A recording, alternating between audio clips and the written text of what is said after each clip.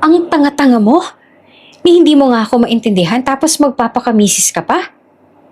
Sigaw ng lalaking CEO habang pinagtatawanan ng mga bisita ang buntis na asawa niyang bingi. Sa harap ng engagement party ng kapatid nito, sinadya niyang ipahiya ito. Binato ang singsing, sabay bulong sa tenga niya. Magpa-divorce ka na. Nakakahiya ka. Umiiyak, nanginginig. Tinakpan ng babae ang kanyang tiyan at lumabas ng event. Habol ang hininga. Ilang minuto ang lumipas, yumanig ang buong lugar sa tunog ng 5 helicopter. Muling bumukas ang pinto.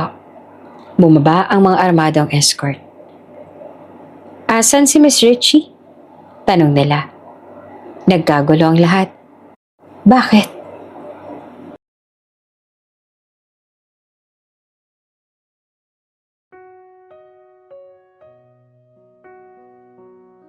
Sa dinami-rami ng babae riyan, bakit kasi yan pang napili mong pakasalan pare?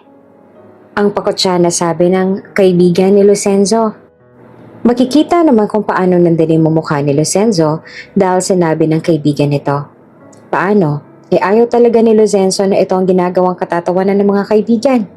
Kaya nga hiyang-hiya ito sa asawa nitong si Rich dahil bingi ito. Bro, kahit ako naman napakakasalan din si Rich. Hindi lang maganda. Mayaman pang pamilya. Sabat naman ni Andrew na kaibigan din nila. Dating mayaman, pagtatama naman dito ni Max. Matagal nang naluging negosyo nila, no? Hindi ba? Kaya ngayon si Lucenzo ang tanging bumubuhay kay Richie. Hindi ba't responsibilidad niya naman talaga yon bilang asawa ni Richie? Giit ni Andrew. Saka mo lang magiging responsibilidad ng isang tao kung totoong mahal mo sila. Katwiran naman ni Max. What kind of mindset is that, dude? Hindi naman makapaniwala na wika ni Andrew. Hindi rin nakakarinig ang kanyang asawa, dude. Anong silbi niya ngayon na hindi na sila mayaman? Wala na. Napailing muling itong si Max. At least, mahal nila Lucenzo ang isa't isa nang nagpakasal silang dalawa. Dude, do you really think Lucenzo's in love with that woman? Kaya lang naman sila nagpakasal dahil kailangan nilang yaman ng pamilya Cuevas. Pero ngayon nalugmok na sila. Good luck na lang dyan sa kaibigan natin. Sabay halakhak ni Max. Is that true, Lucenzo? Tanong ni Andrew.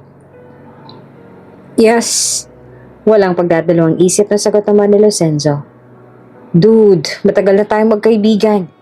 Hindi ko naisip na sasagi talaga dyan sa utak mo na mahal ni Lucenzo si Richie. Inabot ni Lucenzo ang alak at nagsalin sa baso nito. Dinamihan na nito ang laman ng baso at basta na lang niya iyong tinungga.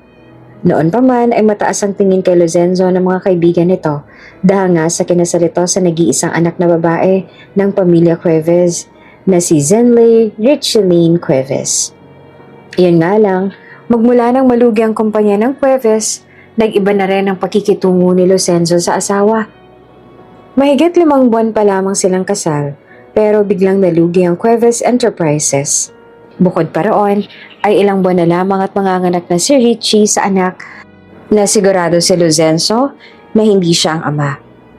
Kahit pa may nangyayari naman sa kanila ng kanyang asawa, ramdam ni Lucenzo na hindi siya ang ama ng dinadala ni Richie. Sa totoo lang, kay Richie na rin naman galing na maaaring hindi nga si Lucenzo ang ama ng pinagbubuntis nito. Subalit ang pamilya ni Richie ang pumipilit na kay Lucenzo ang bata. Ano nga bang plano mo ngayon, dude? Ang seryoso na tanong ni Andrew. Divorce, ano pa nga ba? Alangan namang manatili pa ako sa piling niya. Iiwan mo siya?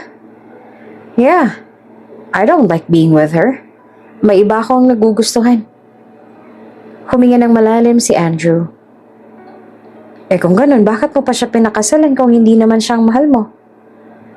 Akala ko hindi malulugi ang negosyo nila. I wanted to have the Cuevas Enterprises. Pumayag ako sa kasunduan ng aming mga magulang na ikasal kami. Casual na sagot ni Lucenzo. At ngayon na wala na siyang pakinabang sa'yo, basta mo na lang siyang iiwan at pababayaan? Nagtanong muli si Andrew. Yes. Ano naman ang gagawin ko sa kanya kung wala na siyang silbi? Nagtiimbagang si Andrew at halatang hindi nito nagustuhan ang sagot ng kaibigan. Kahit pa malaking naitulong nila sa inyo noon? Natulungan nila kami ng maayos pang kanilang negosyo. Ngunit hindi na ulit mangyayari yan ngayon na bumagsak ng Cuevas Enterprises. Kaya bakit pa ako mananatili sa kanya kung wala na silang pakinabang para sa akin? Minahal ka ni Richie. You should at least remember that. It was just an arranged marriage. I don't think mahal niya rin ako. At least sinubukan at pinag-aralan kanyang mahalin. Hindi ko naman hiniling sa kanyang gawin niya yun. Malamig na saad naman ni Lorenzo. Dude, nag-e-effort si Richie para bigyan ng chance ang pagiging mag-asawa ninyo. Halos sumaas ang boses ni Andrew sa inis. I don't love her. Diin naman ni Lorenzo tsaka humilig sa kanyang kinauupuan. Hindi siyang babaeng mahal ko. Buo na rin ang pasya kong makikipaghiwalay na ako. Huminga ng malalim si Andrew na parang kinakalma ang sarili. You're aware na hindi ka pwedeng mag-file ng divorce sa kanya, hindi ba? I know. Kaya kailangan kong gumawa ng paraan para siya mismo maunang bumitaw at mag-file ng divorce. In that way, hindi masisira ang pangalan ko. Hindi na sumagot si Andrew at nanatili na lamang ang tingin kay Lorenzo. Si Max naman ay napailing sabay tapik sa balikat ni Andrew. Hayaan mo na siya, man. Kung ayaw niya kay Richie, wala kang magagawa roon. Si Lorenzo ang nagpakasal sa kanya, hindi naman tayo. Umiling si Andrew, ngunit makikita sa mga mata nitong hindi ito sang-ayon sa pasya ni Lorenzo. Naaawa kasi ito para kay Richie, na kilala ni Andrew bilang isang mabuting tao sa kabila ng kapansanan nito. Sa isip-isip ni Andrew, sana lang ay magbago pang isip ng kaibigan dahil alam niya na sa huli ay si Lorenzo lang din ang magsisisi at baka wala na itong mabalikan pa. Gabing-gabi na noong umuwi si Lorenzo sa bahay nilang mag-asawa. Kahit madilim na ang gabi ay hinihintay talaga ni Richie ang pag-uwi nito. Nag-aalala kasi si Richie na baka may kung ano-anong nangyari kay Lorenzo. Subalit hindi man lang siya pinansin ni Lorenzo. Nagtingnan ni Richie ay hindi nito ginawa. Nilagpasan lang siya nito at wala nang nagawa si Richie kundi ang sundan na lamang ito ng tingin. Makalipas ang mahabang sandali ay naisip ni Richie na puntahan si Lorenzo sa silid nito. Kahit kasi mag-asawa sila ay hiwalay pa rin ang kwarto nilang dalawa. Iyon kasi ang gusto ni Lorenzo. At syempre, paboran yun kay Richie kasi hindi naman dahil sa pagmamahal kaya sila ikinasal. Nang makita niya na natutulog na si Lorenzo, naisip niyang wag na itong gambalain. Ngunit hindi rin siya bulag. Para hindi niya mapansin ang stain ng red lipstick sa kwelyo ng suot ni Lorenzo. Ibig sabihin, may babaeng kasama nito kanina. At sigurado na rin si Richie kung sinong babae. Walang iba, kundi si Stella, ang kabet ng kaniyang asawa. Inayos niya na lamang ang kumot nito bago siya lumabas ng silid at bumalik na sa kanyang kwarto para makapagpahinga na rin. Dahil sa kasunduan ng dalawang pamilya kaya ikinasal sila ni Lorenzo. Hindi nila tunay na mahal ang isa't isa. Napilitan lamang sila. Ganon pa man sa araw ng kanilang kasal, nangako noon si Richie sa sarili na gagawin niya ang lahat para subukan na mag-workout ang pagsasama nila ni Lorenzo. Nangako rin siya sa kanyang sarili na susubukan niyang pag-aralan na mahalin ito. Kinabukasan nang magising si Richie ay wala na sa bahay nila si Lorenzo. Ayon sa kanilang kasambahay ay maaga raw itong umalis at may kausap pa raw na babae sa tawag. Tiyak siyang ang babae na naman ito ang kausap nito. Isang linggo ang lumipas, isang event ang ginanap sa isang marangyang venue kung saan panauhing pandangal si Lorenzo. Suot ang mamahaling suit, ayos na ayos ang itsura at postura nito. Habang nasa tabi nito si Richie na nakadress na puti at may simpleng ayos. Maganda si Richie. Sa totoo nga ay mukhang anghel. Napaka-inosente ng kanyang mukha. Ayon nga sa ibang tao kung hindi lamang daw ito bingi, baka tinawag na itong perpektong tao. Para sa ibang tao, ang kapansanan niya lang ang nakakasira sa kanya. Nakaupo si Richie sa tabi ni Lorenzo. Para bang hangin lamang siya. Para ibang taong maroon. lalong-lalo na sa kasama nila sa table na tanging si Lorenzo lamang ang kinakausap at pinapansin. Habang nagtatawanan ng mga bisita, napansin ni Richie na tila may sinasabi si Lorenzo sa ilang lalaking kausap nito. Bagaman wala siyang pandinig, nababasa niya naman ang mukha ng bibig nito. "She's just here for the image," sambit ni Lorenzo sa kaibigan. "I mean, she can't even hear a damn thing. Useless, really." Nagtawanan naman ang mga kasama nila sa table. Tumawa rin si Lorenzo. Maging ang ilang babae sa mesa ay tumingin kay Richie. Tapos nagbulungan at umirap. Kung noon kasi ay mataas din ang tingin ng mga tao kay Richie, kahit pa na may kapansanan siya, ngayon ay nagbago na. Magmula lamang iyon ang i-anunsyo na nalugi na ang Cuevas Enterprises. "She can't even tell if people are talking about her. It's kind of pathetic, isn't it?" Dagdag pa ni Lorenzo habang umiinom ng alak. "She's still your wife, Lorenzo," sabi naman ng isa. "That doesn't change the fact that she's pathetic." Kung bakit ba naman kasi hindi na lang si Stella ang pinakasalan mo, Lorenzo? Di sana'y masaya ka ngayon at hindi ka napipilitan sa asawa mo. Palatak ng isang lalaki. "Akala niyo ba hindi ako nagsisisi sa desisyon kong yon?" Palag ni Lorenzo. Kung ganon, bakit hindi mo na lang siya hiwalayan? "I can't, right now. Kailangan na siya ng unang sumuko." "Lorenzo is trying to protect his name," singit naman ng isang babae. Kung may isa man sa kanila ang dapat na sumuko at mag-decide na makipaghiwalay, it should be Richie, not him. Paano kung ayaw niya makipaghiwalay sa'yo, bro? Anong gagawin mo? Habang buhay na ba kayong dalawa? Paano na si Stella?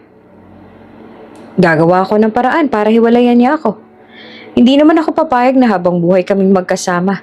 Lalo na ngayon na wala nang saysay ang mga Cuevas. Magiging pabigat lamang siya sa akin." Oo nga at walang marinig si Richie. Mula nang isilang siya sa mundong ito, ay wala na siyang marinig na kahit anong ingay o tunog. Ngunit hindi ibig sabihin nun ay bulag din siya. Pansin niya ang mapang-uyam na titig sa kanya ng mga tao roon. Higit sa lahat, bingi lang siya pero meron pa rin siyang pakiramdam. Ramdam niya ang pananahimik ni Lorenzo tuwing kailangan siya nitong ipagtanggol. Ramdam niya na wala itong pakialam sa kanya. Hindi siya ang asawa, kundi isang display. Dati ay display lang para makuha rin ito ang respeto ng ibang tao. Ngayon naman, ay display lamang siya para matawag ito na mabuting asawa ng ibang mga tao. Pakiramdam niya ay hindi na siya tao, kundi isa lamang bagay. Isang palamute sa buhay nito na ngayon ay pinagsawaan na nito at gusto na rin nitong itapon. Napatingin siyang muli sa kanyang asawa. Tumatawa ito habang kausap pa rin ng iba. Tila ba wala siya sa tabi nito. Kahit pa hindi halata sa kanya ngayon, pakiramdam niya ngayon ay nadudurog na ang kanyang puso. Hindi nagtagal tumayo na si Lorenzo at lumayo mula sa mesa. Hanggang sa ang mga kasama nila sa table ay nagsitayuan na rin para makipag-usap pa sa ilang mga naroon. Mag-isa lamang si Richie na naiwan sa table nila. Ang isa niyang kamay ay nakahawak lamang sa kanyang tiyan. Dahil sa kanyang anak, pakiramdam niya ay hindi siya nag-iisa ngayon. Ang hindi alam ni Richie ay kanina pa may mga mata na nakatingin sa kanya. Kanina pa siya nitong pinagmamasdan at saksi rin nito kung paano siyang inalipusta ng kanyang sariling asawa. "Mr. Martinez, are you okay? Kanina pa kayo nakatingin sa direksyon na yan na may problema po ba?" Tanong ng isang lalaki kay Mr. Martinez. Nothing." Sagot ng lalaki at iniwas na ang tingin. Napakunot naman ang noon ang nagtanong at napatitig din kung saan ba nakatingin kanina si Mr. Martinez.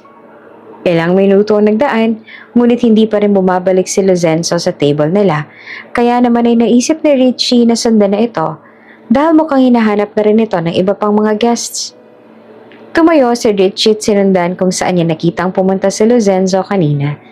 Hindi niya pa rin ito nakita dahil tuluyan na pala siyang nakalabas ng hall ng hotel. Ganon pa man, tuloy pa rin siya sa paglalakad hanggang sa napunta siya sa isang madilim na bahagi. At doon sa isang sulok, nakita niya ang kanyang hinahanap. Si Lorenzo, Yakap-yakap ang isang babae. Nagtatawanan. Nagbubulungan. Napakalambing ng dalawa sa isa't isa. Hanggang sa harap mismo ng mga mata niya, hinaplos ni Lorenzo ang pisngi nito at hinalikan nito sa labi. Kasunod ng halik na iyon, nagyakapan ulit ang dalawa. Ang babaeng iyon ay walang iba kundi ang kabit nito na si Estela at ang tunay din na minamahal ni Lorenzo. Nanigas si Richie sa kinatatayuan niya. Hindi siya makagalaw, hindi rin makaiyak. Nais niyang tumakbo palayo pero hindi niya magawa. Sa totoo lang, hindi niya rin naman masisisi si Lorenzo na naghanap ito ng iba. Dahil ang mga magulang lang naman nila ang may nais na ipakasal silang dalawa. Hindi nila tunay na mahal ang isa't isa. Higit pa roon, bago pa man sila ikasal, ay nagdadalang tao na siya na bunga ng isang one-night stand matapos siyang malasing. At sinadyang lagyan ng kung anong uri ng droga ang kanyang inumin, na sanhirin kaya nawalan siya ng kontrol sa kanyang sarili at walang maalala kung ano pang mga nangyari sa gabing yon. Nanatiling nakatayo si Richie, tulala habang pinagmamasa ng dalawa. Hindi nagtagal ay tila naramdaman din ng dalawa na may nakatingin sa kanila kaya bumaling ito sa kanyang gawi. Akala niya ay magugulat sila na makita siya. Akala niya rin na itutulak ni Lorenzo ang babae nito, ngunit hindi nila ito ginawa. Sa halip, marahan pang umiti ang babae na parang nang aasar. Tsaka muli nitong hinalikan si Lorenzo. Mas matagal. Napalunok na lamang si Richie at dahan-dahan siyang napaatras. Ngunit bago pa man tuluyan na mahulog ang luha mula sa kanyang mga mata, isang kamay na ang marahang dumampi sa kanyang mga mata. Tinatakpan ito upang hindi niya iyon makita. Hindi man narinig ni Richie ngunit nagsalita ang taong nagmamay-ari ng kamay na iyon. Don't look anymore. Kasabay nun ay ang matalim nitong tingin sa direksyon nila Lorenzo at Stella na ngayon na kay Richie na at sa lalaki ng tingin. Si Lorenzo naman ay bahagya pang nanlaki ang mga mata dahil kilalang kilala nito kung sino ang lalaking kasama ni Richie. Pinaikot si Richie ng taong tumakip sa mga mata niya paharap dito bago ito tuluyan na ibinaba ang kamay. Ilang beses siyang napakurap habang nakatingin sa mukha ng lalaki na kaharap niya ngayon. Inakala niya pa namang na mamamalik mata lamang siya at hindi totoo ang kaharap niya, pero nakailang kurap na siya. Hindi pa rin ito naglalaho. Ang lalaking kaharap niya ay walang iba kundi ang taong pinakahahangaan ng ilang kilalang mga negosyante. Si Xanthius Martinez, ang pinakabatang CEO ng mga malalaking kumpanya na mostly pag-aari rin ng pamilya nito. Ang lalaki rin na ito ang isa sa dahilan kaya dumalo si Lorenzo sa event na ito. Gusto kasi ni Lorenzo na makipagkilala sa taong ito at pangarap din ni Lorenzo na maging business partner ang binata. Let's get out of here. Nabasa niyang buka ng bibig nito bago hinawakan ng kamay niya at hinila na siya palayo roon. Habang naglakad sila palayo, doon din namalayan ni Richie na unti-unti na palang dumadaloy ang luha mula sa kanyang mga mata. Nang makalayo, tumigil na sila sa paglalakad. Pinaharap siya ni Xanthius dito. Ang mga mata nito ay puno ng awa. Inabot nito ang kanyang muka at dahan-dahan na pinunasan ang kanyang luha. It's okay to cry. I'm here. Hindi na marinig ni Richie ang sariling hikbi, ngunit si Xanthius ay rinig na rinig ito. Ang luha niya ay para bang tubig sa talon na walang katapusang bumabagsak. Sa halip na tumigil siya sa pag-iyak, ay niyakap siya ng binata. Lalo pang dumami ang kanyang luha. Mahigpit ang yakap nito sa kanya na para bang hinahayaan nito na kumuha siya ng lakas mula dito. Sapat na ang kanyang mga hikbi para malaman ng binatang si Xanthius kung gaanong kasakit ang nararamdaman niya ngayon. Pinaramdam sa kanya ng binata na ayos lang na umiyak siya sa bisig nito. Naayos lang na magpakita siya ng kahinaan dito. Hindi siya nito inawat. Hindi siya pinatahimik. Hinayaan lamang siya nitong ilabas ang lahat ng nararamdaman niya. Matapos ang ilang minuto ng pagtangis, unti-unting humupa ang bigat sa dibdib ni Richie. Hinawakan siya ni Xanthius sa kamay at marahang inalalayan paupo sa isang bench sa gilid ng parke. Sa tahimik na gabi, Tangi ang ihip ng malamig na hangin. Mga paghikbi ni Richie at bahagyang kaluskos ng mga dahon sa paligid ang naririnig ni Xanthius. I'm still here. Bulong ni Xanthius na hindi rin naririnig ni Richie. You're not alone. Nagsasalita na si Xanthius ngunit hindi niya alam dahil nga sa wala siyang marinig. Kung hindi pa siya nito kinalabit ay hindi siya mag-aangat ng tingin dito. Can I ask you something? Hindi siya sigurado kung yun nga bang sinabi ng binata dahil nagbase lamang siya sa pagbabasa niya sa buka ng bibig nito. Marahan siyang umiling at nag-sign language siya. I can't hear you. I'm sorry. Nagulat naman si Xanthius ay agad itong bumunot ng cellphone mula sa bulsa. May tinype ito sa notes tsaka ipinakita sa kanya. I saw what happened. Tumingin si Richie sa binata, ngunit walang tugon. Nag-type ulit si Xanthius. Why do you let him humiliate you like that? Hindi ba't asawa mo siya? Napabuntong hininga ng malalim si Richie, tsaka kinuha ang cellphone nito para mag-type ng sagot. Because I don't want my parents to be disappointed to me. Silang may gusto na ikasal kaming dalawa ni Locenzo. Ayoko magalit at ma-disappoint sila sa akin. At ayoko rin na dumagdag ako sa kailangan nilang alalahanin. Lalo na ngayon na sunod-sunod ang problema sa kumpanya. Halatang binabasa iyon na Xanthius. Kitang-kita sa mukha nito ang lungkot at awa. Muli itong nag-type at pinabasa sa kanya. Hindi tamang ginawa niya sa'yo. Asawa ka pa rin niya. Hindi ka niya nire-respeto. Kanina kung ano-ano ang sinasabi niya sa mga tao roon sa loob tungkol sa'yo. Hindi siya sumagot kaya nag-type muli si Xanthius. Please next time, don't let him humiliate you like that again. You don't deserve to be treated that way, no matter who he is. If anything like that happens again, come to me. I'll be here for you. I'll help you and protect you, even if he's your husband. Sa kabila ng nakita at naramdaman ni Richie ng gabing yon, masaya pa rin siya dahil dinamayan siya ni Xanthius na kahit pa noong gabi niya lang yun nakilala ay nakahanda ng tulungan siya. Hindi siya nito iniwan hanggat hindi nito nasisiguro na ayos lang talaga siya. At kahit pa iyon ang unang beses na nakita at kausap niya ang binata, magaan na ang loob niya rito. Binigyan pa siya nito ng payo na kung hindi niya na makayang panuloko sa kanya ng kanyang asawa, ay mas mabuti raw na bumitaw na lamang siya kesa patuloy siyang masasaktan. Nagpalitan sila ng numero para raw kapag kailangan niya ang tulong, mag-message lamang siya dito. Nasa kwarto si Richie. Tahimik na nakaupo sa gilid ng kama.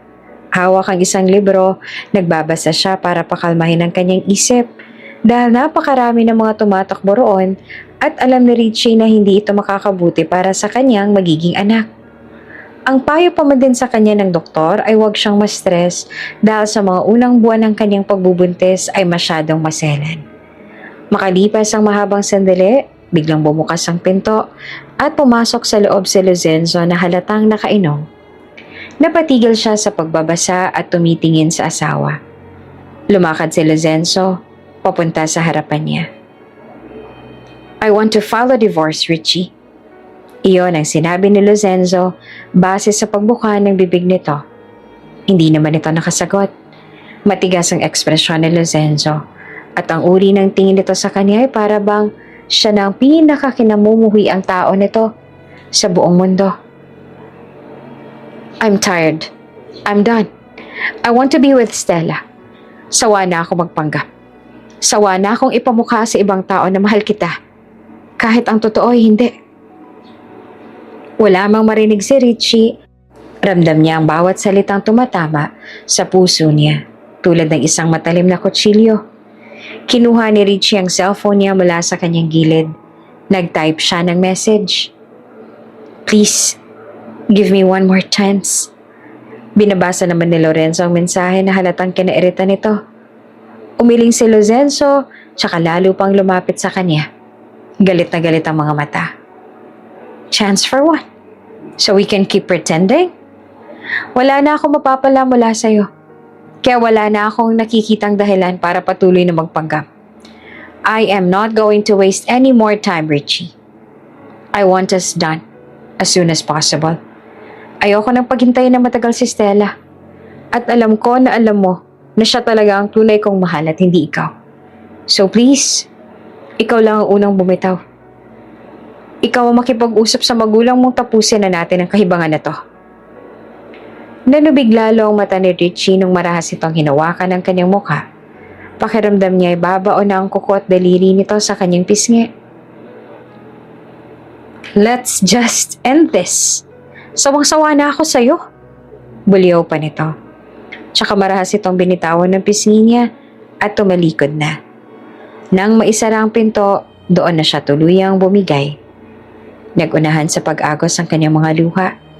Sa mga pagkakataong ito, siya ay nagpapasalamat na wala na siyang pandinig dahil kung sakali man na nakarinig siya, tsak si Richie na masasaktan siya. Lalo kasi sisigawan siya nito ng paulit-ulit. Lumipas ang mga araw pero sa halip na gumaan ang pakiramdam ni Richie, mas lalo pang naging masakit ang bawat pag-ikot ng oras sa kanilang bahay. Ang kabaitan na pinakita noon sa kanya ay pagkukunwari lamang pala. Dahil may pakinabang pa siya para dito. Ngunit ngayon nalugmok na ang kanilang negosyo, baliwala na siya para dito. Mas lumala pa nga ang lahat ng isang araw. Pag-uwi ni Richie mula sa therapy session, nadatnan niyang may bisita sa kanilang bahay, si Stella, ang kabet ni Locenzo. Tinatarayan siya nito at inuutos-utusan nito ang kanilang kasambahay.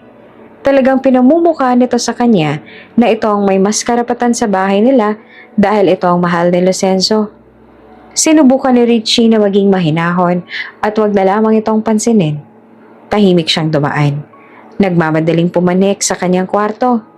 Naisip niya na magkulong na lang muna siya roon hanggang sa umalis na si Stella.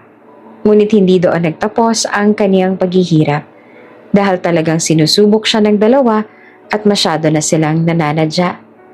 Kinagabihan nang dumaan siya sa kwarto ni Locenzo, napansin niyang bahagyang nakasiwang ang pinto at mula roon kitang-kita niya ang kanyang asawa at si Stella na magkapatong sa kama. Magkayakap at parehong walang saplot sa katawan. Sa kabila noon ay pinili niya pa rin na magstay dahil ayaw niya pang dagdagan ng problema ng kanyang magulang. Alam niya kasi na stress pa ang mga ito sa pangyayari sa kanilang negosyo na matagal na panahon na din nilang pinilit pangalagaan.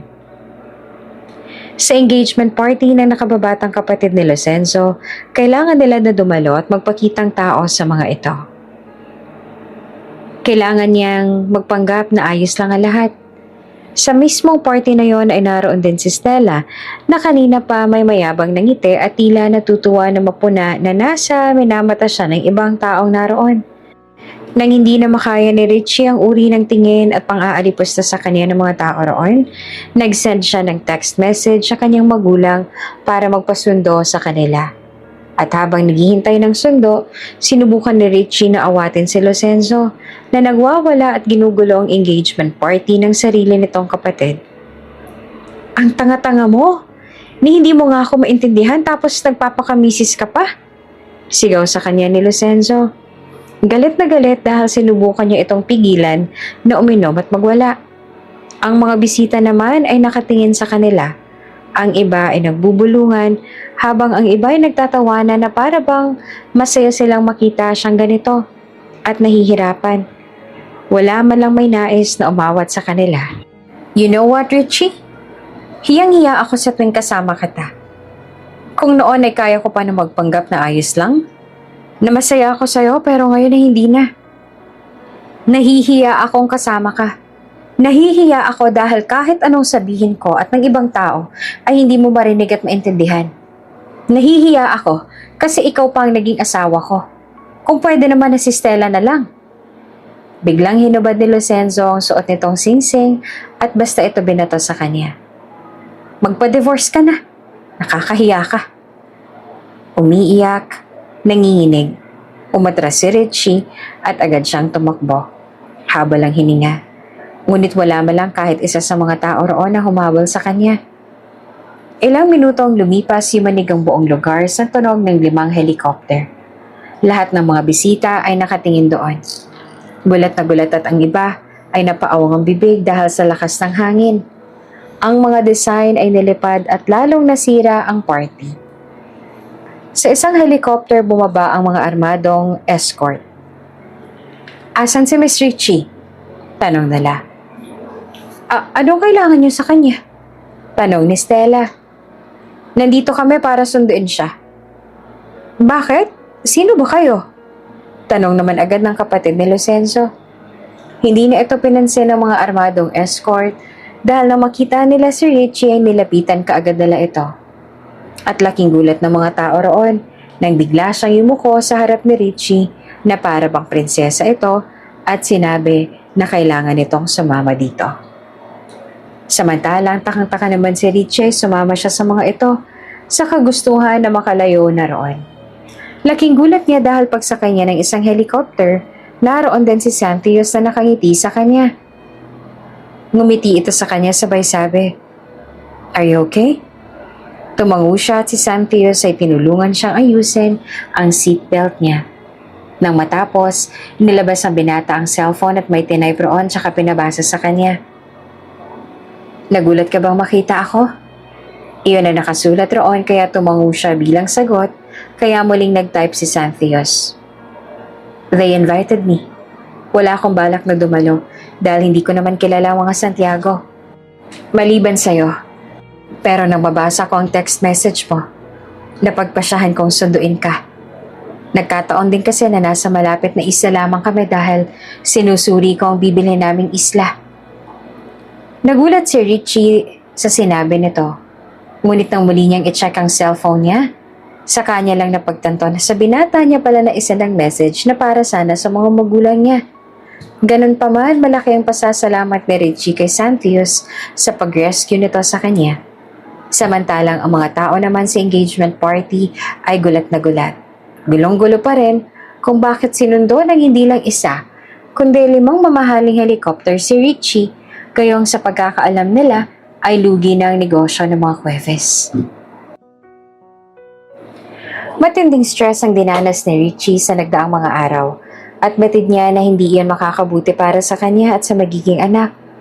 Naisip niyang magpa-check up sana at ang payo nga sa kanya ng doktor niya ay umiwas daw muna siya sa stress dahil ikakapahamak daw ito nila ng kanyang anak. Pauwi na si Richie nang nakaramdam siya ng matinding pagkahilo at sakit sa sinapupunan. Napahawak siya sa pader para ibalanse ang sarili, ngunit bigla ring nanilim ang kanyang paningin. "Richie!" Bago siya tuluyang bumagsak, may sumalong tao sa kanya. Naramdaman na lamang ni Richie ang isang pamilyar na hawak na animoy pilit siyang ginigising. Nagpupumilit na dumilat si Richie. Ngunit bago pa niya makita ang mukha ng lalaki, tuluyan ang bumigat ang kanyang mga mata. Ang huli niyang naramdaman ay ang mainit nitong bisig na lumukob sa kanyang katawan. Mabigat ang talukap ng mga mata ni Richie. Mahina pa rin ang kanyang katawan. Dahan-dahang gumagalaw ang kanyang mga daliri. Unti-unting nagkaroon ng ulirat. Humalo ang amoy ng mga gamot sa hangin na mas lalong nagpadagdag sa hilo niya. Sa kabila noon ay dahan-dahan niya namang iminulat ang kanyang mga mata. Ang puting kisame at nakakasilaw na maliwanag na ilaw ang una niyang nakita. Tumingin siya sa mga taong nasa tabi ng kanyang ama at nakita ang kanyang ina na umiiyak. Pagkakita nitong gising na siya, agad itong nataranta na tumayo mula sa upuang katabi ng kama. "Gising na siya! Gising na si Richie, Bernard! Tawagin mong doktor, gising ng anak natin!" Hindi magkamayo na sigaw ni Ginang Fatima Cuevas, ang ina ni Richie. Tinatawag nito ang ama ni Richie na si Ginoong Bernard Cuevas na noon ay nasa labas lamang nagsilid. Naguguluhan na nanatili ang tingin ni Richie sa kanyang ina. Hindi niya maalala kung paano siya napunta dito, kung sino ang nagdala sa kanya dito sa ospital. Ang huli niya lang natatandaan ay ang labis na sakit ng kanyang sinapupunan. Bigla siyang nilukob ng takot at napatingin sa kanyang tiyan sa pag-aalala na baka may nangyari na hindi maganda sa kanyang anak. At nang makita niyang malaki pa rin naman ang sinapupunan niya, animoy nabunutan siya ng tinik. Lumapit sa kanyang ina at agad na hinawakan ang kanyang kamay. Gamit ang sign language, nagtanong ito sa kanya. "Anak, Okay ka lang? May masakit ba sa'yo? May nararamdaman ka ba? Pilit siyang ngumiti sa ina at sumagot din. Opo, ma. Ayos lang po ako. Ilang saglit pa, bumukas na ang pinto. Pumasok sa loob ang kanyang ama kasama ang doktor at dalawang nurse. Lumapit sa kanya ang doktor at sinimulan siyang i-check gamit ang isang stethoscope at flashlight. You gave us quite a scare, wika ng doktor. But you're stable now. Bumaling si Richie sa kanyang ina para ma-translate nito sa sign language ang sinabi ng doktor at kaagad nga iyong ginawa ng kanyang ina. Matapos masigurong maayos nga ang lagay niya, ipinaliwanag na ng doktor kung anong dahilan kaya nawalan siya ng malay. Ang kanyang ina na nag-translate sa sinabi ng doktor upang maunawaan niya. You passed out due to extreme emotional stress. It affected your body and triggered abdominal pain. Mabuti na lamang at may nakakita sa iyo at nagdala agad sa iyo dito, kaya hindi na lumala ang nangyari sa inyo ng anak mo. The baby is safe. Don't worry. Wala namang internal bleeding at kahit anong complications. Pero ang payo ko ay magpahinga ka muna at manatili dito ng ilang araw pa para ma-monitor natin ang kondisyon mo. Matapos iyon, nagpaalam na ang doktor at nagpasalamat naman siya sa Diyos kasi walang nangyari sa kanyang magiging anak. Hindi pa man siya lubos nakakahinga mula sa sinabi ng doktor. Biglang bumukas ang pinto ng silid. Napaangat ang tingin ni Richie at napahinto siya sa pagkilos nang makita kung sino ang pumasok. Si Xanthius. Malinaw sa mga mata nito na nakahinga ito ng maluwag nang makita siyang may malay na. Habang papalapit si Xanthius sa kanyang hinihigaan, nagtatanong ang mga mata na tiningnan niya ang kanyang magulang. Anak, si Mr. Xanthius ang nagdala sa'yo dito sa ospital. Nakita kanyang muntik nang mawala ng malay nung sinamahan niya ang kanyang pinsan na magpa-check up. Paliwanag ng kanyang ina gamit ang sign language. Bumaling siya kay Xanthius na ngayon ay nakalapit na sa kabilang side ng kanyang kama. Ngumiti siya dito at saka sumenyas ng, Maraming salamat. Are you feeling better now? Tanong nito. Tumango si Richie. Yes, thank you. I didn't know what would have happened kung hindi mo ako nakita. Mabuti naman. I was worried. Akala ko kung ano na nangyari sa inyo na magiging anak mo. Nagdala lang ng bulaklak at prutas para sa kanya si Xanthius. Matapos itong makausap ng kanyang magulang at nagpaalam na ito dahil may mahalagang meeting para ito. Sadyang isiningit lamang ito sa schedule ang pagbisita sa kanya para masiguro kung maayos lamang ba siya. Pag-alis ni Xanthius, seryosong kinausap siya ng magulang niya. Gamit ang sign language, nagtanong ang kanyang ina. Anak, may kinalaman ba si Lucenzo sa nangyari sa'yo? Napayuko si Richie. Ilang segundo siyang nanatiling tahimik bago dahan-dahang tumango. Sinasaktan ka ba niya? Ang kanyang ama nagtanong. Marahan na gumalaw ang kanyang mga kamay para sumagot. Hindi po. Hindi po physically, pero emotionally, oo. Dinadala na po niya sa bahay ang babae niya. Gusto na rin po niya makipaghiwalay. Napasingap ang kanyang ina. Hindi nito maitago ang gulat at awa sa mga mata. May babae siya? Mariin din na tanong ng kanyang ama. Tumango siya. Hindi niya na napigilan ang pagpatak ng luha sa kanyang mga mata. At gusto niya nang makipaghiwalay? Tumango siyang muli. Sumisingot siya habang pinupunasan ng kanyang ina ang luha sa kanyang pisngi. Bakit hindi mo agad sinabi sa amin ng mami mo ang ganito ang ginagawa niya sa'yo? Tanong ng kanyang ina. Ramdam sa galaw ng kamay nito ang pag-aalala at galit dahil nanginginig na iyon. Gamit ang mabagal at mahinang galaw ng kanyang mga kamay, sumagot siya. Ayoko pong dagdagan pang iniisip ninyo. Alam ko pong nahihirapan na kayo dahil sa nangyari sa ating negosyo, sa mga utang. Ayoko po na maging pabigat. Tumulo ang luha sa mata ng kanyang ina. Lumapit ito sa kanya. Hinalikan siya sa noo at niyakap siya ng mahigpit. You will never be a burden to us, anak. Never. If he wants a divorce, we'll give it to him. You're not going back to that house, Richie. It's over. Pa siya naman ang kanyang ama. Hindi mo deserve ang isang kagaya niya. Kaya sa lalong madaling panahon, ibigay natin ang gusto niya. Dagdag pa ng kanyang ina.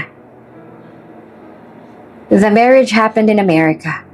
We can handle this legally. Kakausapin ko agad ang ating abogado para masimulan ang proseso. You focus on healing. We'll take care of everything else. Matapos iyon ay agad niyang kinausap ng kanyang magulang ang kanilang abogado para ibigay kung ano ang nais ni Locenzo. Sa tingin naman ni Richie, mas mabuti nga kung maghiwalay na sila ni Locenzo dahil ayaw niya rin na mamulat ang kanyang magiging anak sa ganoong pamilya. Sa sumunod na araw ay dinalaw ulit siya ni Xanthius. May dala itong prutas para sa kanya. Hey! Bati ng binata. May nakahanda ng note sa cellphone nito na binasa sa kanya. I brought you some fruits. I wasn't sure what you liked so I picked a bit of everything. Ngumiti naman si Richie at nagpasalamat dito. Mabuti na lamang talaga at may kaibigan siya na kagaya ni Xanthius na laging nariyan para sa kanya. Kahit pa hindi pa nilalubos na kilala ang isa't isa. Muling may tinype si Xanthius sa cellphone nito na sinasabi na kailangan niyang kumain ng prutas para mabilis siyang makabawi ng lakas. Kaya ipinagbabalat siya nito. Kinuha ng binata ang isang mansanas at sinimulang balatan iyon. Pinapanood niya naman ang binata at hindi naman namalayan na napalalim ang titig niya rito. Hindi niya maiwasang isipin kung ano nga ba talaga ang intensyon ng lalaki ito sa kanya. Bakit ang bait nito sa kanya? Wala naman itong obligasyon sa kanya, ngunit lagi itong nasa tabi niya. Bagaman curious, hindi siya nagtanong. Sa halip, tinanggap niya ang hiniwa nitong apple slices at mahinang ngumiti. You didn't have to do this, sabi ni Richie dito gamit ang sign language. I know, sagot ni Xanthius. But I wanted to. Hindi agad umuwi ang binata nung araw na yon. Hindi nito inayaan na mag-isa siya sa silid para raw hindi siya malungkot at marahil ay nag-aalala rin ito na baka may kung ano ulit na mangyari sa kanya. Mag-isa lang siya doon. Nung bumalik na ang kanyang magulang ay sakalang din ito nagpaalam na aalis na. Maging mga magulang ni Richie ay nagtataka rin kung kailan pa siya naging malapit kay Xanthius Martinez. Dahil wala rin namang koneksyon ng mga Cuevas sa clan ng Martinez. Kaya ipinaliwanag niya sa kanila na una silang nagkakilala sa party. Sa kabila ng kanilang pagtataka, malaki rin ang naging pasasalamat nila kay Xanthius sa lahat ng tulong nito sa kanya. Habang pinaprocess ang divorce nila ni Locenzo, naisip ni Richie na magpakalayo-layo muna upang maklear ang utak niya at makapag-relax dahil kailangan niya iyon ng anak niya. Tinanggap niya ang alok ni Xanthius na magbakasyon sa isla na pag-aari nito. At hindi nito hinayaan na mag-isa lang siya roon. Palubog na ang araw at pareho sila ng binata na nakatayo sa tabing dagat. Sa kamay ni Richie naroon ang wedding ring nila ni Locenzo na ilang buwan niya lang na sinuot. Huminga siya ng malalim habang nakatingin sa malayong parte ng dagat. Ipinikit niya ang kanyang mga mata. She thought this ring meant forever. But forever doesn't happen when love isn't real. It's time to let go. Saad ng boses sa kanyang isip. Binato niya ang singsing sa dagat. Lumipad ito sa ere. Tumama sa ibabaw ng alon at tuluyang lumubog. Paglingon niya, nakita niya si Xanthius na nakatingin sa kanya. May maliit na ngiti ito sa kanyang labi. At tila sinabi ang mga mata nito na, I'm proud of you. You did the right thing. You chose yourself this time. That takes strength. Wika pa nito. Kinabukasan, inaya siya ni Xanthius sa kumain sa seafood restaurant na pag-aari rin ito kaya agad din siyang pumayag. Maliwalas ang lugar. Amoy dagat at may preskong simoy ng hangin. Ang binatang nagbalat sa shrimp na gusto niyang kainin at naghintay lang siya. Noon kasing sinubukan ni Richie sabihin sa binata na kaya niya naman, sinabi nito na ito nang bahala para hindi siya mahirapan. Hindi siya sanay na inaalagaan, Lalo na't sa mga nakaraang buwan ay puro sakit at pagwawalang bahala ang naranasan niya kay Lucenzo. Ngunit ngayon, habang pinagmamasan ni Santios, tila unti-unting humuhupa ang sakit ng nararamdaman niya sa dibdib. Masarap ang pagkain at nag-e-enjoy siya lalo na sa presensya ni Santios na laging nagbibigay ng ngiti sa kanyang labi. Matapos ang masarap na hapunan, naglakad-lakad sila sa tabing dagat. Napakaypayapa ng paligid, mga alon sa dagat, malamig na hangin, nagiging payapa rin ang isip ni Richie. Nilibot pa siya ni Santios sa bahagi ng isla. Sinama sa mga bilihan at hindi nito pinaramdam sa kanya na nag-iisa lang siya. "You should get some rest soon," wika nito habang nakatingin sa umbok na tiyan ni Richie. "It's not just you anymore. You have to take care of your baby too." Ngumiti siya at tumango. Hindi man niya marinig ang boses nito, ramdam niyang lambing at sinseridad nito sa kanya at concern para sa magiging anak niya. Inihatid din siya ni Santios pabalik sa kanyang hotel room. Sa tapat ng pintuan, hinarap siya nito. Nagkatinginan sila saglit at sabay silang nag-sign language ng good night. Saka nagpaalam na siya sa binata. Pagkahiga ni Richie sa kama, tumingala siya sa kisame. Muling banilikan ang mga pangyayari sa buong araw. Bigla siyang ngumiti. Napakalaki ng pasasalamat niya kay Santios dahil talagang pinapagaan ito ang lahat. Kung wala siguro ang binata, baka hanggang ngayon ay lugmok pa rin siya. Maaga pa lang ay gising na si Santios. Nakatayo siya sa gitna ng function area ng resort kung saan tinipon niya ang lahat ng staff ng Martinez Resort. Suot niya ang simpleng polo at shorts. Tahimik na nakikinig ang mga staff habang nagsasalita siya. "Good morning everyone. I just want to remind you that we have a special guest staying with us for a few days. Please make sure to be extra accommodating. I don't want her to feel any stress while she's here. Let's give her the best possible experience. Also, gusto ko rin maging considerate kayo sa kanya. She can't hear, kaya mag-ready kayo lagi ng papel at ballpen para maisulat ninyo kung anong sasabihin niyo sa kanya, para maunawaan niya kayo." Nagkatinginan ng ilang staff at may mga pabulong na nagtatanong sa mga katabi at ang ilan ay sumang-ayon naman sa kanya. May iba naman na nag-assume na kung kaano-ano nga ba niya ang bisita ng resort. Isa sa mga kitchen staff, si Lino, ang hindi napigilan na magsalita. "Ang effort mo naman sa kanya, boss. Nakita namin kahapon na kasama mo siya buong maghapon pa, boss. Grabe ka. Alam namin na napaka-busy mong tao. Nakakagulat nga po na bumisita kayo dito sa resort. Girlfriend niyo po ba yan, boss?" Napailing na lamang si Santios at ngumiti siya ng makahulugan pero hindi nagbigay ng diretsong sagot. Kaya nag-assume ang mga staff at ang ilan ay kinilig pa. "Nako, best experience po talagang ibibigay namin sa girlfriend ninyo, sir." Sabay-sabay na sabi ng ilan sa mga staff na may kasamang kilig pa tuksuhan. Tumawa na lang si Santios at nagpatuloy sa pagsasaayos ng mga huling detalye para masigurong magiging komportable at masaya ang pagstay ni Richie sa resort. Samantala, takang-taka naman si Richie habang nakaupo sa veranda ng kanyang hotel room.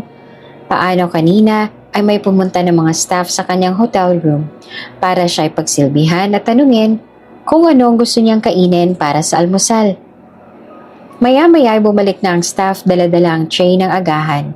May fresh fruits, tinapay, mainit na tsokolate at itlog na luto ayon sa gusto niya.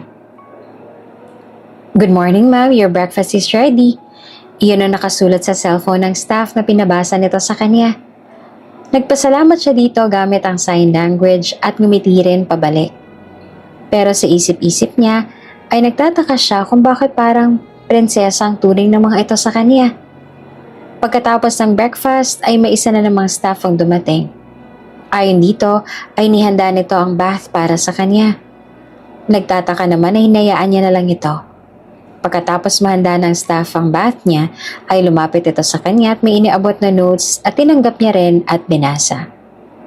"Ma'am, your bath is ready. If you'd like to relax before lunch, we've added your favorite scent, lavender." Mas lalong nagtaka si Rich dahil Paano naman nila nalaman yon? Nagtataka man, hindi niya na tinanong pa at muli na lang siya nagpasalamat dito. Sa tanghalian naman, sinundo siya ng isa pang staff patungong restaurant. Pagdating doon, may isang lalaki agad na humila ng upuan para sa kanya. Please have a seat. You're expected. Iyon ang nakalagay sa isang papel na inabot din ito sa kanya. Pagkaupo niya, may inaabot ulit na maliit na papel sa kanya ang isa sa mga staff. Binasa niya ito. I won't be able to join you today. Work got in the way. But make sure you eat a lot, okay? X. Kung ganon, ay si Xanthius pa lang may pakana ng lahat ng ito. Pigil siyang ngumiti at magalang siyang nagpasalamat sa mga staff na naghain ng kakainin niya. Matapos ang lunch ay naglakad-lakad siya at ngayon ay nakatayo si Richie sa tabing dagat. Pinagmamasdan ng mapayapang alon na humahampas sa puting buhangin. Isang mahinang tapik sa balikat ang gumising sa kaniyang diwa. Napalingon siya dito at nagulat siya nang makita si Xanthius. Half naked. Suot lang ang beach shorts. Basang-basa ang buhok nito at tila kagagaling lang sa paglangoy. Ngumiti sa kanya si Xanthius at inabot ang kanyang cellphone. May nakasulat sa screen. Oops! May break muna. Gusto mo bang ma-shoutout dito sa channel ni Ate Jane? Mag-comment lang ng lesson you learned from the latest story uploaded. Dahil pipili kami ng isang best comment of the day para i-shoutout sa susunod na upload. Kaya huwag kalimutang mag-iwan ng lesson you learned after you watch this video. Maraming salamat! Shoutout nga pala kina Edna Bunagan from Cyprus at Lolita Umbao from Bantayan Island, Cebu. Sa ating mga taga-subaybay, paki-comment naman po sa baba kung taga saan kayo para alam ko kung hanggang saan umaabot ang mga kwento ni Ate Jane. At para ma-shoutout ko kayo sa mga susunod pa natin mga videos. Maraming salamat sa pakikinig.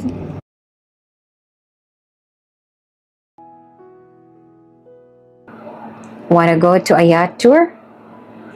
Nang pumayag siya, makita niyang mata ni Xanthius ang saya. Inakay siya nito patungo sa waiting yacht na nakaangkla sa hindi kalayuan. Habang nasa yate, todo alalay pa rin sa kanya si Xanthius. Hawak siya nito sa kamay nang umakyat sila sa hagdan. At lagi rin siyang tinitingnan para masiguro na ayos lang siya. Habang nakatayo si Richie sa harap ng yacht, nakatingin naman sa malayo, kasabay ng isang malaking alon, biglang humangin at gumalaw ang yacht dahil sa alon. Pero, andun agad si Xanthius sa tabi niya para alalayan siya. Nakahawak ito sa bewang at isang braso niya para alalayan siya. Pigil ang kanyang ngiti at tumingala siya sa asul na kalangitan. Isang eroplano pa lang dumaan sa kalangitan. Tinuro ayon ni Richie kay Xanthius. Napatingala rin ng binata at sabay silang tumitig doon. Paglingon niya ulit sa binata, nakita niya na nakangiti rin ito. Nang madama nito ang titig niya, ay matamis itong ngumiti sa kanya. Matapos ang ilang linggo ng pananatili ni Richie sa Martinez Resort, unti-unti na siyang nakausad at tila ba hindi na rin siya apektado sa nangyari sa kanila noon ni Locenzo.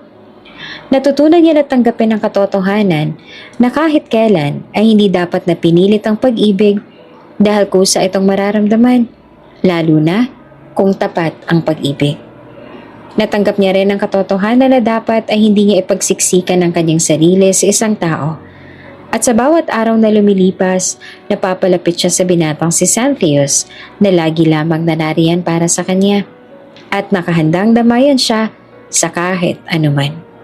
At sa wakas ay dumating na rin ang araw na pinakahihintay ni Locenzo. Ang araw ng pirmahan ng divorce papers at tuluyan ng mawawala ng bisa ang kasal nila.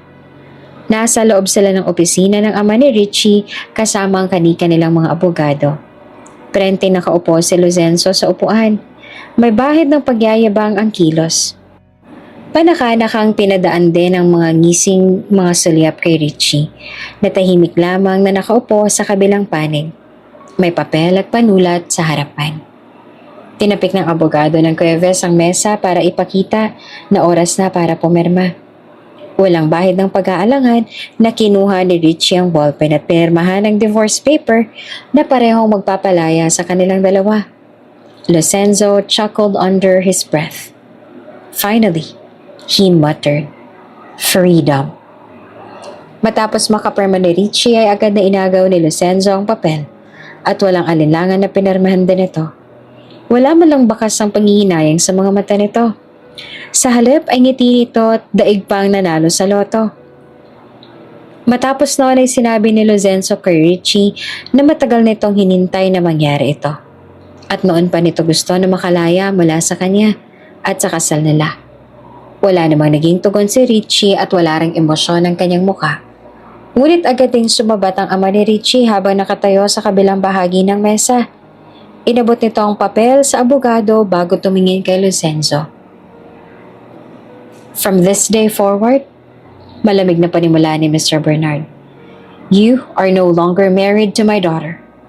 You have no claim over her, her child, or our family. At kahit ano man na nakamit mo sa tulong ng aming pamilya o aming koneksyon, ay agad na mawawala mula sa'yo." Napakurap naman si Lorenzo, bahagyang naguluhan. What do you mean?" "You're out, completely." Patuloy ng ama ni Richie. "I've already instructed our legal team to revoke every single one of your business shares. From this point forward, you will receive no financial support from us. Not now, not ever. Your name will be erased from every document, every venture, and every legacy you once claimed with our family's backing." Para bang binuhusan ng malamig na tubig ang itsura ngayon ni Lorenzo. "What? You can't do that. Wala ka nang kakayahan na gawin yan dahil lugmok na ang negosyo ninyo. Wala sa iyong kapangyarihan." "I just did," sabi ng ama ni Richie na mariin ang tono. "Dahil kahit kailan, hindi naman nawala sa akin at sa mga Cuevas ang kapangyarihan na pabagsakin ka at ang inyong negosyo." Hindi nagtagal ay tumayo si Richie. Tumango siya sa kanyang ama bago malamig na bumaling kay Lorenzo. Nang bumukas ang pinto ng opisina ay napabaling silang lahat doon. Pumasok sa loob ang sekretary ng kanyang ama. "Miss Richie, Mr. Xanthius Martinez is waiting for you outside." Iyon ang sabi nito. Tumingin ang ama niya sa kanya. Saka ito nagsign gamit ang kanilang lengguwahe para maunawaan niya. "Anak, andyan na si Xanthius, sinihintay ka niya." Ngumiti naman si Richie tsaka tumango. Nagpaalam siya sa kanyang ama na aalis na pinayagan naman siya nito. Noong naglakad siya palayo, hindi niya nilingon si Lorenzo o kahit bigyan ito ng huling tingin. Gulat na gulat naman ang dati niyang asawa. Hindi makagalaw sa kinauupuan habang pinapanood si Richie na palabas ng silid. Dahil sino ba naman ang hindi matatakot ngayon na sigurado na ito na ang dating asawa at ang CEO ng Martinez Group ay malapit sa isa't isa. Ipinaliwanag ng abogado na ilang araw lamang ang kailangan nila na hintayin at mawawala na ng bisa ang kasal ng dalawa. Muli namang humarap ang ama ni Richie kay Lorenzo. Ngunit ngayon ay mas seryoso ang tono ng boses nito. "Oh, and one more thing, Mr. Santiago. Every investment that came into your company through us will be pulled out." Napakunot ang noon nito. Hindi ito naniwala. "What the hell are you talking about?" "Nakausap ko na lahat ng investors na nag-invest sa inyo dahil sa aming pamilya. Lalo na si Mr. Quintin, ang pinakamahalagang investor sa inyong kumpanya." Patuloy ni Mr. Bernard. "He has agreed to withdraw every peso the Quintin Group placed under your name. All of it." "What?" Nag-crack ang boses ni Lorenzo dahil sa pagkawindang. "No, you can't do that. That money, those deals, were never yours to begin with." Putol pa ni Mr. Bernard. "They were offered as a courtesy, nothing more. Because of your tie to my daughter. And that tie is now broken.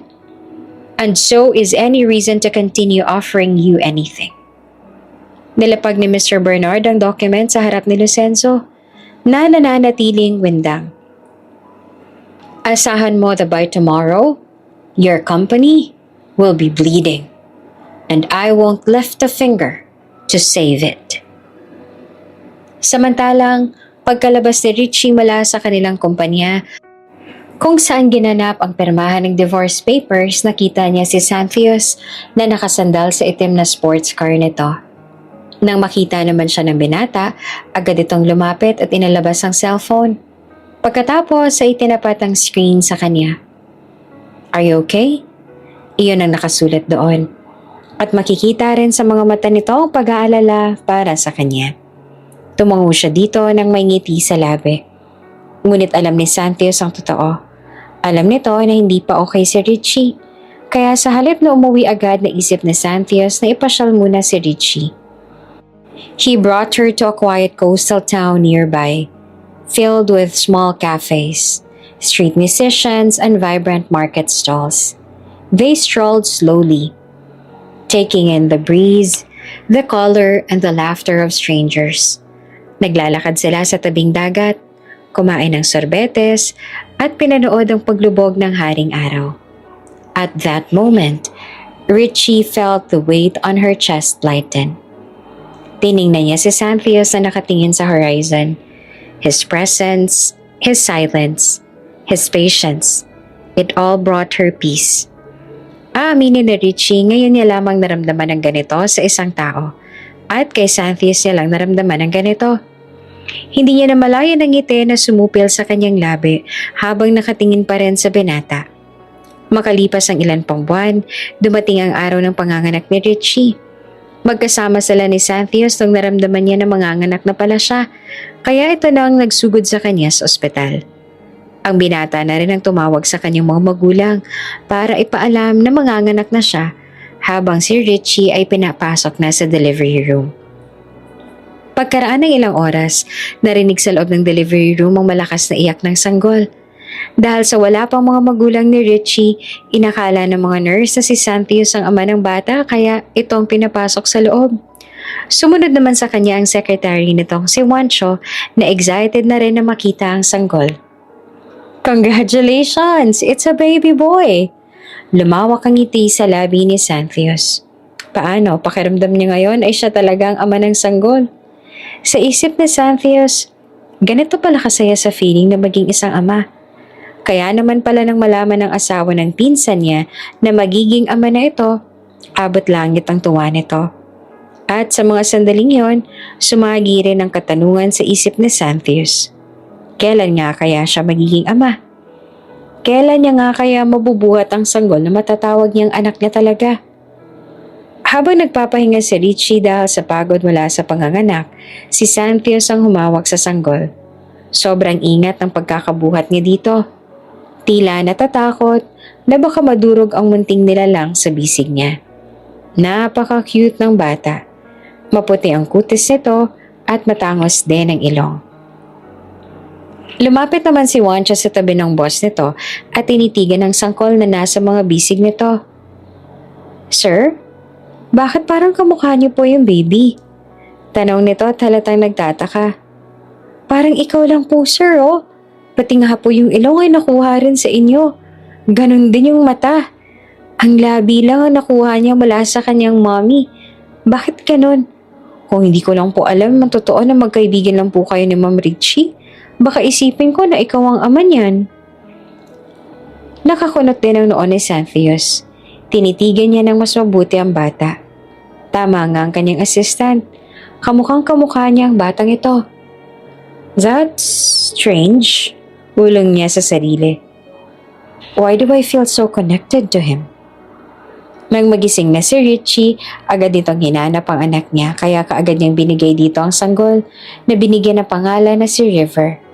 Kitang-kita sa mga mata ni Richie kung gaano itong kasaya sa pagdating ng anak sa mundo. Naluluha pa ito at halos hindi mailayo ang titig sa anak. Tinitigan ni Xanthius ang mag-ina. Sa pagkakatitig niya sa kanila, naramdaman niyang parang may kulang sa bahagi sa kanya na biglang napunan. Isang hindi inaasahang kasiyahan ang nabayani sa kanyang puso. Hindi niya maialis ang tingin sa kanila. "I'll protect them." Iyon ang pangako ni Xanthius kahit pa alam niya na wala naman siyang karapatan at gusto niya pa rin na alagaan at protektahan ng mag-ina. Hindi naman iyakin ng anak ni Richie, ngunit ang kanyang mga magulang ay nag-hire ng nurse na makakatulong sa kanya sa pag-aalaga para sa kanilang apo at para raw hindi siya mahirapan. At aaminin niya na malaking tulong nga sa kanya ang nurse. Iyon nga lang, ang anak niya ay halos ayaw lumayo mula kay Xanthius na para bang marunong na itong mangilala kung sino ang may buhat dito at kasama nito. Kapag alam ni River na nasa malapit lang si Xanthius ay hindi ito nagiging iyakin. Para bang nagiging safe person na rin ni River si Xanthius. "We need to tell you something, anak." Mahinahon na bungad ng kanyang ama gamit ang sign language. Kasama niyang mga ito ngayon dahil ayon sa kanila ay may mahalaga silang kailangan na sabihin sa kanya. Nagtataka naman siyang nakatingin sa kanila. Buhat niya ang kanyang anak habang nakatingin naman ang kanyang ina sa kanya nang may malumanay ng ngiti.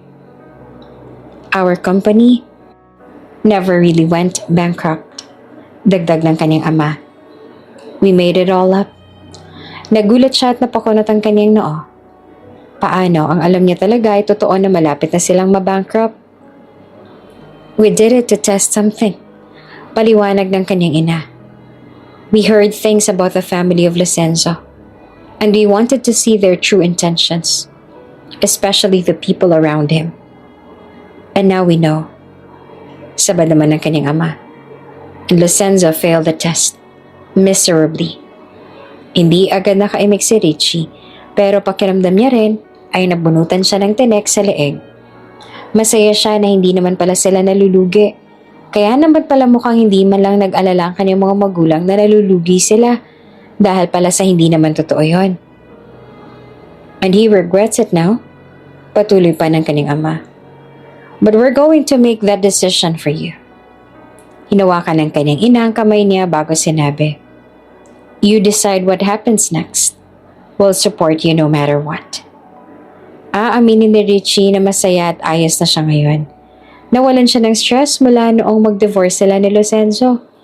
Pero aaminin niya pa rin na may galit pa siyang nararamdaman sa kanila at syempre gusto niya na maranasan nila ang hirap. Gusto niyang bawiin ang lahat sa kanila hanggang sa wala nang matira sa kanila at sa huli, kanya pa rin ang huling halakhak. Nasa kalagitnaan ng isang seryosong pulong ang mga board of directors at investors ng kumpanya ni Losenzo. Nasa harap ang CEO na si Losenzo, sinisikap ayusin ang imahe ng kumpanya, kasunod ng mga isyong kinakaharap nito. Sa isang gilid ng conference table ay si Stella, nakasuot ng formal na damit, nakangiti ng may kumpiyansa habang pinagmamasdan si Losenzo. Biglang bumukas ang pinto ng conference room. Pumasok ang isang staff na halatang nagmamadali. "Sir, a helicopter just landed at the rooftop." Imporma nito. Bahagyang hingal. "Miss Richie is on board." Napalingon si Losenzo sa staff. Ang kamay nito ay nanlalamig sa kaba. Napakunot ang noo ni Stella. Halatang hindi naman ito makapaniwala. Nagbulungan ng mga investors at ilang directors sa loob ng silid. Sa ibaba, bumukas ang elevator. Dahan-dahan din lumabas si Richie kasunod ang kanyang secretary at abogado. Suot niya ang isang eleganteng white silk pantsuit na may malalim na neckline. At sinamahan pa ng gold accessories na tumutugma naman sa kanyang stilettos. Ang kanyang buhok ay nakaayos sa isang sleek bun at ang kanyang makeup ay flawless, soft, radiant at sophisticated. Tahimik ang buong paligid habang sila ay naglalakad sa hallway. Lahat ay napapatingin lingon sa kanya. Pagdating niya sa harap ng pintuan ng conference room, kusa itong binuksan ng isang staff. Lahat ng nasa loob ay napatingin at natulala. Si Losenzo naman biglang nanigas sa kinauupuan. Si Stella bahagyang napaatras. "Good morning, gentlemen." Bumati sa kanilang assistant ni Richie, ngunit ang lahat ay nananatiling tingin kay Richie. "I hope we are not interrupting anything important." Tumahimik ang buong silid. Tumayo ang ilang board members bilang paggalang kay Richie. "Miss Richie, it's an honor to see you again." Lumakad si Richie para makaupo. Sa kanyang pag-upo sa bakanting upuan malapit sa head of the table, lalo siyang naging sentro ng atensyon. Tinanguan ni Richie ang kanyang secretary para explain dito ang dahilan ng kanyang pagdating. Miss Richie came to make sure that everything is clear. Narinig niya kasi ang balita na nalulugi ang kumpanya na to. Parang nawalan ng dugo ang mukha ni Stella at Lucenzo habang tinitingnan si Richie na puno ng kumpiyansa ang ngiti. Richie, what are you doing? Ngunit isang ngiti lang ang naging tugon ng babae. Tinanguan din muli ni Richie ang secretary na alam na kung ano ang dapat na sabihin. Miss Richie is just fulfilling the consequences of your choices, Mr. Santiago. Si Stella na kanina lang ay kumpiyansa na nakaupo, ngayon ay bahagyanan ng liliit sa kinauupuan nito. Tumayo si Richie mula sa kinauupuan niya at lumingon sa abogadong kasama niya. Isang matandang lalaking dignified ang postura, naka-dark gray na suit at may hawak na leather briefcase. Tumango lamang si Richie. Isang tahimik na utos at alam na agad ng abogado kung ano ang gagawin nito. Humakbang ang abogado sa gitna ng conference room, tsaka nilapag ang ilang dokumento sa lamesa bago nagsimulang magsalita. Ladies and gentlemen, allow me to explain the legal standing of Ms. Richie regarding this company and the assets formerly associated with Mr. Lucenzo. Habang nagsasalita ang abogado, ang mga mata ni Lucenzo ay unti-unting lumaki sa gulat. Habang si Stella naman ay napatigagal, ramdam ang tensyon sa buong katawan. Ms. Richie has decided to officially withdraw all remaining investment, support, and corporate alliances that we were once linked to this company, unless mapasakamay niya na ang kumpanya na ito. What? Bulalas ni Lucenzo, napatingin sa paligid. She doesn't have that authority anymore. Ngumiti lamang ang abogado at saka inilabas ang isang makapal na dokumento mula sa kanyang briefcase. I believe you've forgotten a very important clause in the marriage contract you both signed years ago. This, sabay taas ng dokumento, is the hidden contract that was notarized and sealed under the Cuevas family's private estate agreement. Nagatingin na ng mga investors, sabik sa susunod na sasabihin. This legal agreement clearly states that in the event of a divorce, whether mutual or contested, all tangible and intangible assets accumulated under Mr. Lucenzo's name during the span of the marriage will automatically be transferred under Ms. Richie's ownership. That includes shares, properties, and company holdings. No, ani Lucenzo na parang nawala ng lakas. That's impossible! Sigaw naman ni Stella. That contract was never discussed. Because it was never meant for your knowledge. Sabat ng abogado. Malamig ang tinig at hindi malang tumingin sa babae. It was protection. Just in case things went exactly the way they did. Lumapit ang abogado sa mga investors at board of directors. As of this moment, Ms. Richie is the legal owner of the majority shares. No further investments will be accepted under Mr. Lucenzo's leadership, and a full legal transfer of company control will proceed within the week. Tulala si Lucenzo. Hindi siya makapaniwala sa mga pangyayari. Si Stella naman ay parang binagsakan ng langit at lupa, habang mga investors ay nagsimulang magtanong sa isa't isa. Halatang nag-aalangan kung mananatili pa sila sa kumpanya. Subalit nang malaman na si Richie ang susunod na mamamahala, nagdesisyon sila na sakalang ulit sila mag-invest kung si Richie na ang may hawak sa kumpanya. Please consider this Miss Richie's final appearance here under Mr. Lucenzo's ownership. The next time she walks through those doors, she won't be a guest. She'll be the next CEO. Seryoso na sabi naman ang kanyang secretary. And Mr. Lucenzo, Miss Richie asked me to deliver a message. You had your chance. She gave everything. Her time, her trust, her heart, and you threw it all away. Now she's not here to plead or to prove anything. She's simply reclaiming what was always rightfully hers. Inaasahan niya na sa susunod na balik niya dito ay wala ng mga gamit ninyo, lalo pat pinaplano niya rin ay pa-renovate ang magiging opisina niya.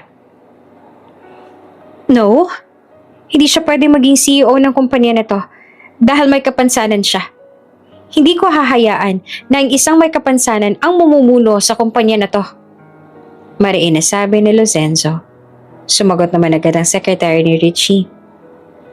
Mr. Lozenzo, just because Miss Richie can't hear or speak doesn't mean she's incapable of running this business. In fact, she's more than ready to lead, and she will be the best leader this company has ever seen. Perhaps you've forgotten she's a Cuevas. And in the world business, that name still commands respect. That legacy runs through her blood. And no silence, no disability, and certainly no man can take that away from her. Pagkatapos ng pahayag na mapupunta sa kanyang kumpanya, tumalikod na si Richie at lumakad palabas ng conference room. Taas noo at walang kahit anong pagsisisi sa mga mata. Pagkalabas ni Richie ng kanyang abogado, biglang tumahimik ang buong conference room. Wala ni isa mang nagsalita, parang binagsakan ng langit at lupa sina Stella at Lozenzo.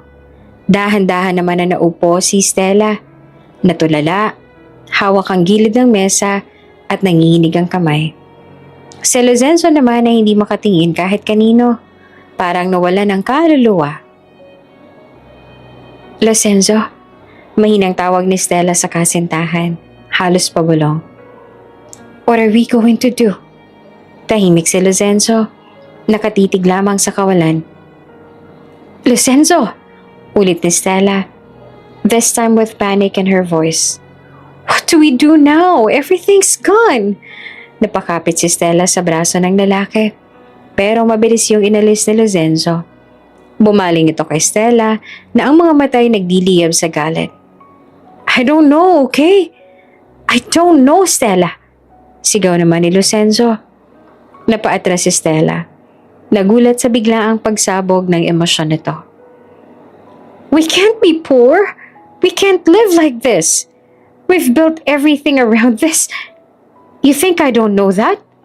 Muling sigaw naman ni Lozenzo. You think I don't feel the weight of everything collapsing? Tumayo naman si Lozenzo mula sa upuan. Hinampas nito ang mesa. Dahilan para mapatalon sa gulat ang ilang staff sa gilid, habang ang mga investors naman sa board of directors ay napailing na lamang. This is your fault too. You told me she was weak. You told me she wouldn't fight back. Panunumbat ni Lozenzo kay Stella. She was weak. Mariing balik ni Stella. She just had people backing her up. That wasn't her strength. That was her family's power. Mas malakas pa ang loob niya dahil sa mga Martinez. Tumawa si Lozenzo. Mapait, puno ng desperasyon. It doesn't matter. Whether it's hers or her family's, they've taken everything. Every piece. Sandaling katahimikan ang pumuno sa buong silid. We can't end like this. Bulong ni Stella. Halos hindi na marinig. You have to do something. Find a way. Fix this. Fix this? Umiling si Lozenzo. Malamig ang buntong hininga. I don't even know where to start. Lumapit si Stella kay Lozenzo at sinubukan na hawakan subalit umiwas si Lozenzo. If you want to survive. May doon na anin Lozenzo. Stop depending on me. Tiningnan ni Stella ang papalayong si Lozenzo. Parang hindi niya na ito kalala. Ang dating lalaking may kontrol sa lahat, ngayon ay wala nang matakbuhan. Sa isang engranding event, ginanap ang isang kilalang hotel ballroom na puno ang lugar ng mga prominenteng bisita. Naroon ang mga media, investors, at board members ng iba't ibang kumpanya. Isang malaking anunsyo ang magaganap at lahat ay sabik na marinig ito. Tumayo ang ama ni Richie na si Bernard Cuevas sa gitna ng entablado. Nakasuot ito ng isang eleganteng tuxedo, hawak ang mikropono habang tinitingnan ang lahat ng naroroon. Ladies and gentlemen, esteemed guests, panimula ng ama ni Richie. Today is a new chapter of our legacy. Let me formally introduce to you the new owner of all Cuevas Enterprises, including the company formerly under Lucenzo Santiago, Miss Richie Cuevas, my one and only daughter. Sabay sabog ng konfeti at palakpakan mula sa mga naroroon. Mula sa likod ng entablado ay lumabas si Richie, nakasuot ng stunning na emerald green gown na may trail at intricate beadwork. Mahinhin ang ngiti, pero matatag ang lakad, sabay yuko bilang pasasalamat. Biglang natigil ang palakpak nang bumukas ang pinto sa dulo ng hall. Bumunga doon si Lucenzo, kasunod ay ang kaibigan nitong si Andrew at Max. Galit na galit ang ekspresyon at walang pakundangan na lumakad patungo sa entablado. "You can't do this!" sigaw ni Lucenzo. "You don't get to erase me this easily, Richie." Nagkatinginan at bubulungan ng mga guest habang lumapit si Lucenzo sa gitna. "She can't take everything from me. I still have a right. Because we have a child. My child, si River," dagdag ni Lucenzo. Napahinto naman si Richie. Bagaman wala siyang marinig, nababasa niya base sa buka ng bibig ni Lucenzo ang sinabi nito. Mariin na pumikit si Andrew. Nang hindi ito makatiis ay pumunta ito sa harapan. "Richie's son is not yours, Mr. Santiago." Lumikha ng katahimikan ng mga salita nito. Napatigil si Lucenzo at masamang tingin na binaling sa kaibigan na trenaydor siya. Si Max naman ay sinubukan din na pigilan si Andrew, subalit hindi na ito nagpaawat. Sa mga sandaling yon, napaisip si Andrew. Hindi na nito hahayaan na sirain palalo ni Lucenzo ang buhay ng dati nitong asawa. "Andrew, what the hell are you talking about?" Mariin na sigaw ni Lucenzo. "You heard me. Her son isn't yours. And you know that.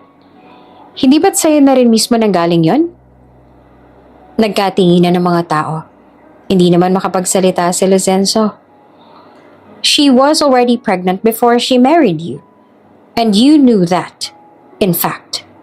Nagtiimbagang si Andrew at makikita sa mga mata nito ang galit, ngunit naroon din ang kaunting guilt dahil tatalikuran nito ang kaibigan dahil ibinunyag na nito ang totoo. "It was you and Stella who caused it." Mas lalo pang lumalim ang katahimikan. Ang buong ballroom ay tila humintong paghinga sa isiniwalat na iyon. "You spiked her drink, remember?" Patuloy pa ni Andrew. "You took away her right to choose. You drugged her. She didn't even remember what happened that night. And instead of helping her, you used it as a leverage. You took advantage of her vulnerability, all for power. Hinayaan niyo na makasama niyang isang lalaki na hindi niya naman kilala. Dinamay niyo pa sa kasamaan ninyo ang isang inosenteng tao, ang siyang tunay na ama ng anak ni Richie." Napaawa ang bibig ni Lucenzo para magsalita. Sinubukan nito na ipagtanggol ang sarili, ngunit wala nang masabi dahil nabuko na ang lahat ng kasamaan nito. "So don't act like you're the victim here. You were never a father. You were a thief. Manggagamit ka at ginamit mo siya para makuha ang gusto mo at maibigay sa kabit mo ang lahat ng gusto niya. Alam ko yon dahil kaibigan mo ako, Lucenzo." Galit na galit si Lucenzo at nakahanda ng suntukin si Andrew, subalit agad na may pumigil dito. Ang mga bodyguard ng Cuevas para di nito masaktan si Andrew. Inutusan ni Bernard Cuevas ang mga ito na ilayo si Lucenzo para hindi na ito makalikha pa ng mas malaking gulo. Pinakalma rin ni Bernard Cuevas ang mga guests at sunod, in-excuse sila nito para masigurong ayos lamang si Richie. Pagkatapos na nangyari sa event na iyon, agad na nagpatawag ng closed-door meeting ang pamilya Cuevas sa kanilang private lounge para makausap nila si Andrew tungkol sa mga isiniwalat nito. Naroon sa silid si Richie, ang kanilang mga magulang at ilang pinagkatiwalaang mga tauhan. Tahimik ang buong silid at puno rin ng tensyon. Andrew, what you said earlier, it was a bombshell. We need to understand the full picture. Tell us everything you know. Gusto kong malaman ang lahat. Seryosong wika ni Mr. Bernard. Huminga muna ng malalim si Andrew tsaka tiningnan nito si Richie na seryoso rin ang ekspresyon. A week ago, ang kaibigan naming si Max, sinabi niya sa akin ng totoo dahil siya ang kasama nila Lucenzo at Stella nung gabing yon. He was drunk.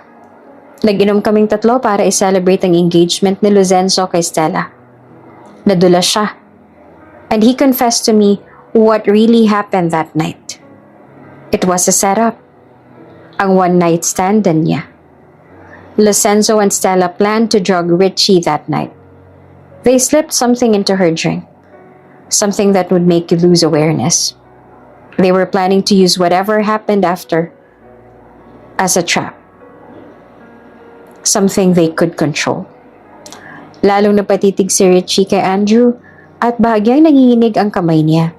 Ngunit hindi pa doon natatapos ang revelasyon. But here's where it gets more twisted. Ayon kay Max, may isa pang nadamay sa ginawa nilang gabing yon. Aksidente niya ring nainom ang inihanda nila para kay Richie. The man who ended up drinking that glass was Xanthius Martinez.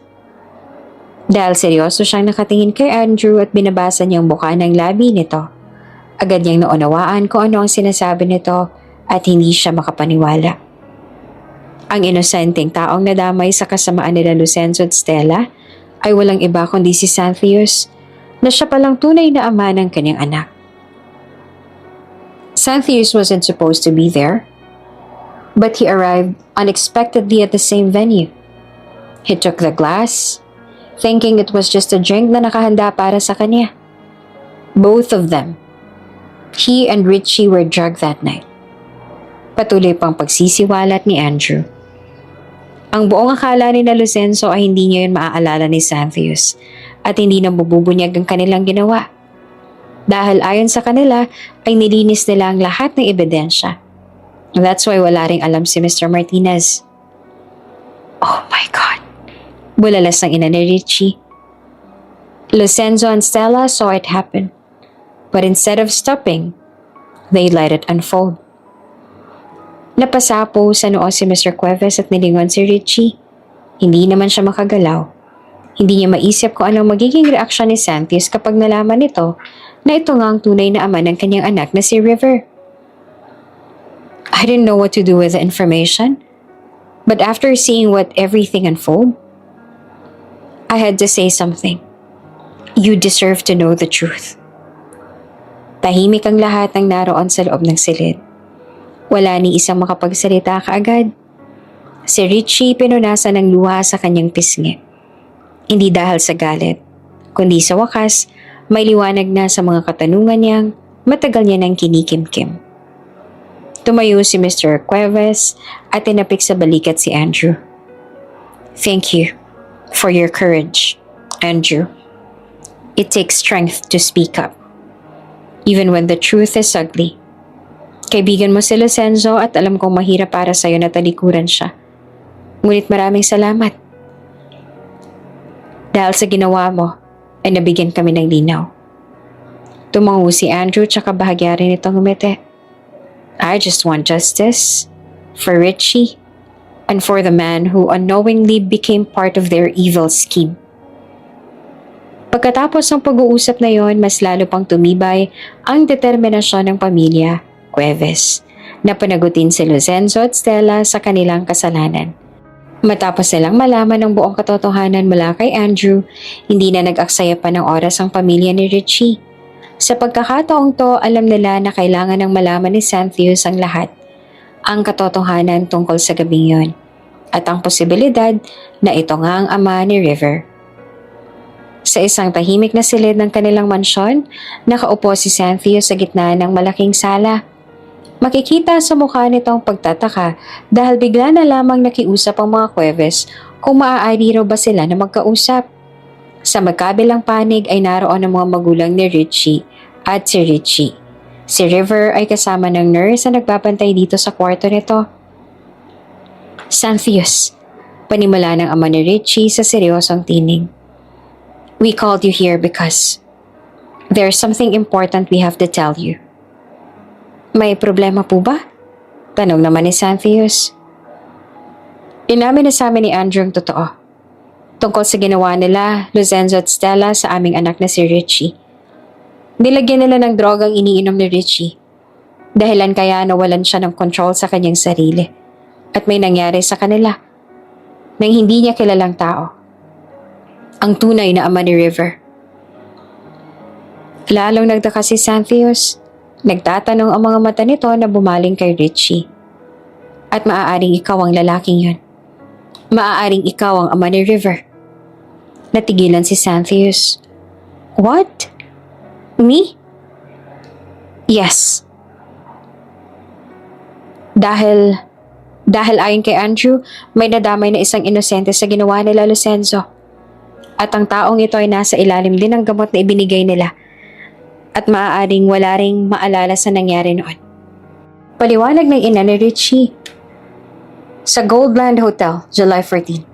Sigurado ako natatandaan mo yon. Hindi agad sumagot si Xanthius, ngunit unti-unti rin na nagiging malinaw dito ang lahat. Bagaman hindi malinaw sa isip ni Xanthius ang mga sandaling yon, hindi pa niya makakalimutan ang naka-one night stand niya sa parehong hotel at araw na nabanggit ng mga Cuevas. Kung ganon, si Richie nga ang babae na yon? Mr. Martinez, pukaw ni Mr. Bernard. Tumango naman si Xanthius. I remember, but it wasn't clear. Kahit ang mukha ng babae nung gabing yun na hindi ko masyadong maaninag. I just remember the touch. Kung ganon, bagyang napailing si Xanthius. I've always wondered about that. I wasn't in the right state of mind. I didn't know who she was. And when I tried to check the CCTV footage, it was all gone. Completely erased. Titig na titig si Richie kay Xanthius habang unti-unti nitong binubuo ang mga peraso ng alaala. Binabasa niya ang buka ng bibig nito para malaman kung ano ang sinasabi nito. So it was you? Dahan-dahang tanong ni Xanthius, nakatingin kay Richie. Tahimik na tumango si Richie. You were the woman that night? At ako ang ama ni River? Saglit na katahimikan ang bumalot sa paligid. Para bang tumigil ang oras. Lahat ng mata ay nakatuon kay Xanthius. Nag-aabang ng galit, ng inis, ng pagkadismaya. Mr. Martinez, naiintindihan namin na nabigla ka at galit ka pero hindi na natapos si Mr. Bernard Cuevas ang sasabihin dahil sa halip na galit, ngiti ang makikita sa mukha ni Xanthius at ang mga mata nito ay puno rin ng saya. That's great! Masayang anito na kinagulat ng lahat, maging si Richie. What? Tanong ng ama naman ni Richie, baka sa tinig ang pagtataka. You're not mad? Bakit naman ako magagalit? Sa wakas ay nahanap ko na rin ang babaeng yan. And it happens to be Richie at may anak pa kami. I should be happy. Wala pong dahilan para magalit ako. Are you... Bulalas ang ina ni Richie. Are you serious? I mean it, ma'am. Saan naman ni Xanthius? I've always felt this weird connection with River. I couldn't explain it. Every time I see him, it felt different. Deeper. But I thought it was just because I loved spending time with him. It turns out, it's because he's my son. Mariyang napalunok si Richie na dama nangingilid ng mga luha sa kanyang mga mata. Nanginginig ang mga kamay na sumenya siya para makapagtanong. You're not angry? Why would I be? Sagot ni Xanthius. This is the best news I've ever received. I'm a father. And not just to any child. To River. Sabay matamis din itong umiti habang ang luha sa mga mata ni Richie ay tuluyan ng bumagsak. And now I finally understand why I felt so drawn to you. Why I wanted to protect you. Why I cared so much. It wasn't just random. It was fate. Napagkasundoan ng mga Martinez at Cuevas na linawin kung talaga bang si Santios ang ama ni River. Minabuti ng pamilya ni Richie at ni Santios na isailalim si River sa DNA test upang makasiguro. Hindi dahil sa kawalan ng tiwala, kundi upang magkaroon ng formal at opisyal na kasiguraduhan. Ilang araw ang kanilang hinintay at sa wakas ay lumabas na ang resulta. Kasama ang buong pamilya ng mga Martinez at magulang ni Richie, pumunta sila sa ospital para malaman ang resulta. Tahimik ang paligid nang pumasok ang doktor sa opisina, hawak ang envelope na naglalaman ng resulta ng DNA test. Ramdam ang tensyon ng lahat. Nakaupo si Santios sa tabi ni Richie, habang si River naman ay buhat-buhat ng yaya nito. The result is in, ani ng doktor. We ran a paternity test using River's DNA sample and the one provided by Mr. Santios. Lahat sila ay halos hindi huminga sa mga sandaling yun. The result is positive. Ngumiti ang doktor. Mr. Santios, you are the biological father of River. Malawak na ngumiti si Santios na para bang inaasahan na nito iyon. Sa sobrang tuwa ay niyakap din ito si Richie na napangiti rin ng malaki at muli ring niyakap si Santios. I'm really his father, masayang sabi ni Santios sa kanyang magulang. This is real. Tumangu-tangu naman ang ama't ina ni Santios sabay sabi, We are so happy for you, son.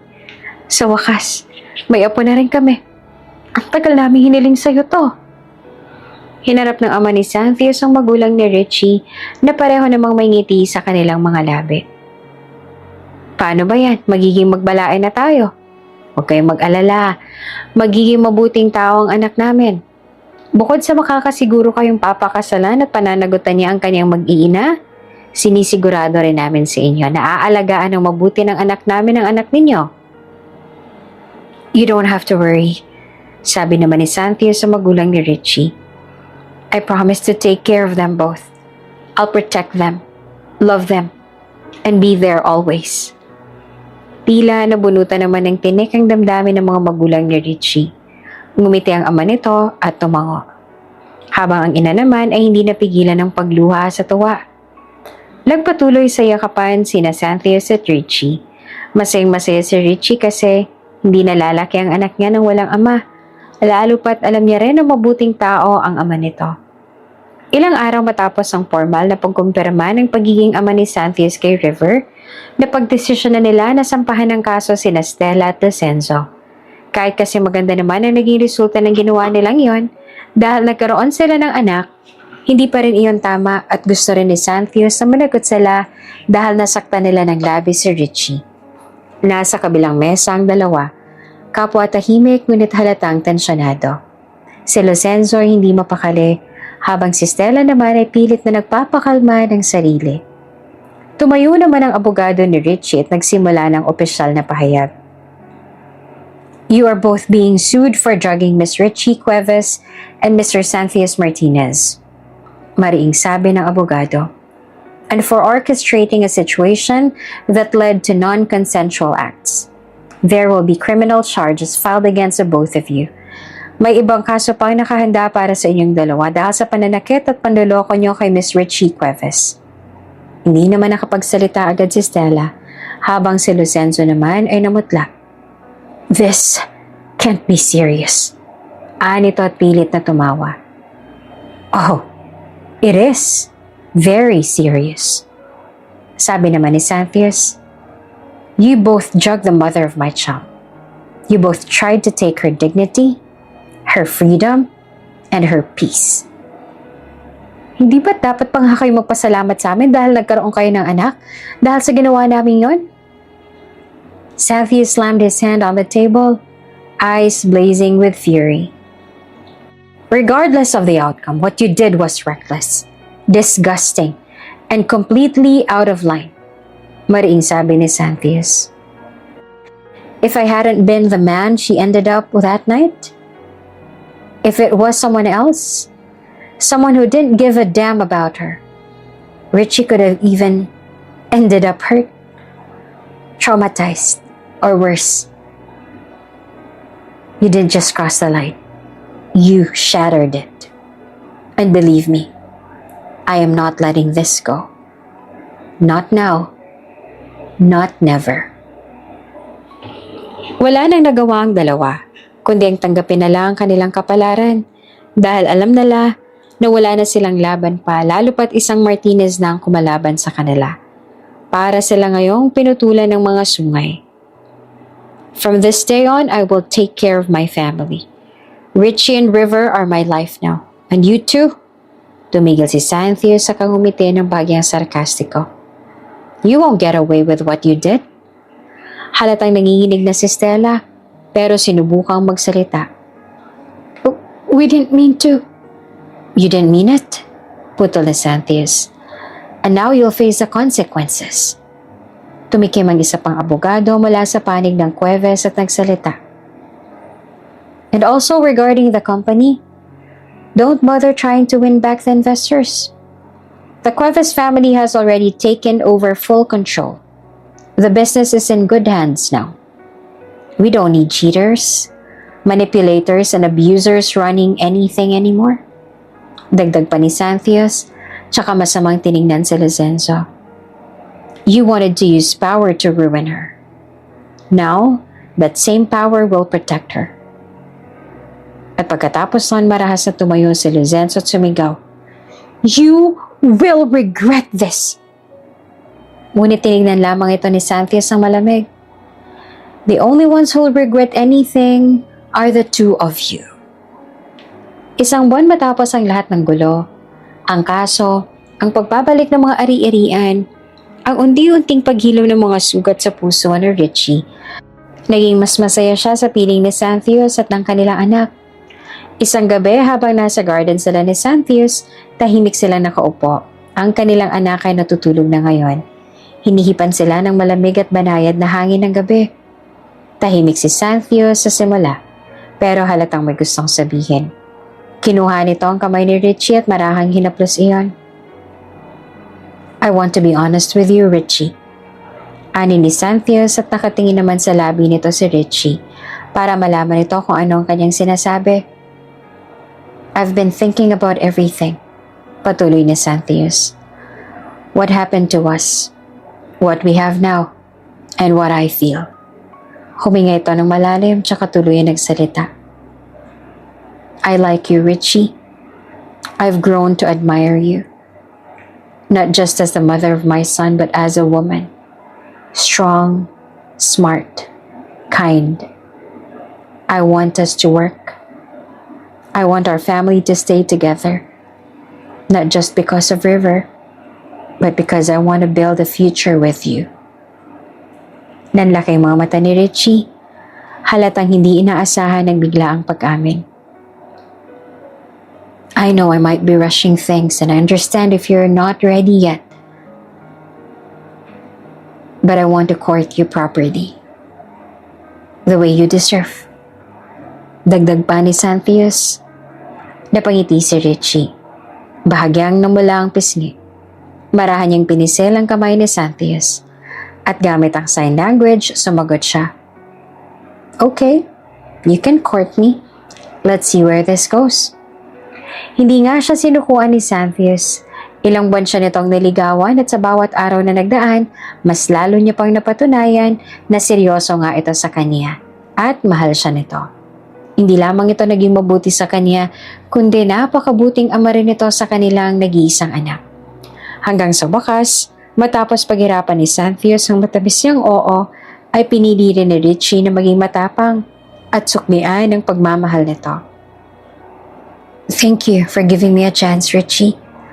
Mahal na mahal kita. Kayo ng anak natin. Ang malambing na sabi sa kanya ni Cynthius habang buhat nito ang kanilang anak. Ngumiti siya ng matamis at gamit ang sign language ay sumagot siya dito. Mahal din kita. Kayo ng anak natin. Malapit nang mag-isang taon ang kanilang anak. Napakabilis nga nitong lumaki at talaga naman na walang halong duda na si Cynthius ang ama nito dahil habang lumalaki lalo pa nitong nagiging kamukha ang ama nito. At syempre, Para bang hindi makayang mag-amang isang araw na hindi sila magkasama. Napag-usapan nilang dalawa na kapag nag-5 taon na si River ay saka na sila magpapakasal. Gusto kasi nila na maging ring bearer nila ito at kaya naman nila na maghintay pa ng ganong katagal. Gusto kasi nila na maging part ng kanilang anak sa pinakamasayang araw na iyon. Aaminin ni Richie, walang mapagsidna ng kaligayahan niya sa piling ni Xanthius dahil araw-araw nitong pinaparamdam sa kanya sa kanilang dalawa ng anak nila na sobrang mahal na mahal sila nito at lahat ay handa nitong gawin para sa kanila. At natutunan din ni Richie na mas lalo pang i-appreciate ang kanyang sarili dahil ni minsan ay hindi pinaramdam sa kanya ni Xanthius na may mali sa kanya.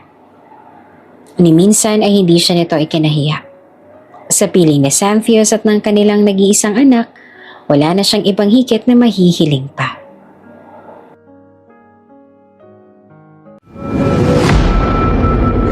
Bago ka pa lang sa channel na ito, Ate Jane TV, huwag kalimutang pindutin ang notification bell and subscribe button. Sana po hindi naman malaking abala sa inyo ang pagpindot ng subscribe button dahil ang kapalit po nito ay ang pagsuporta para makapag-produce ng mga libreng stories sa mga channels ni Ate Jane. Maraming salamat!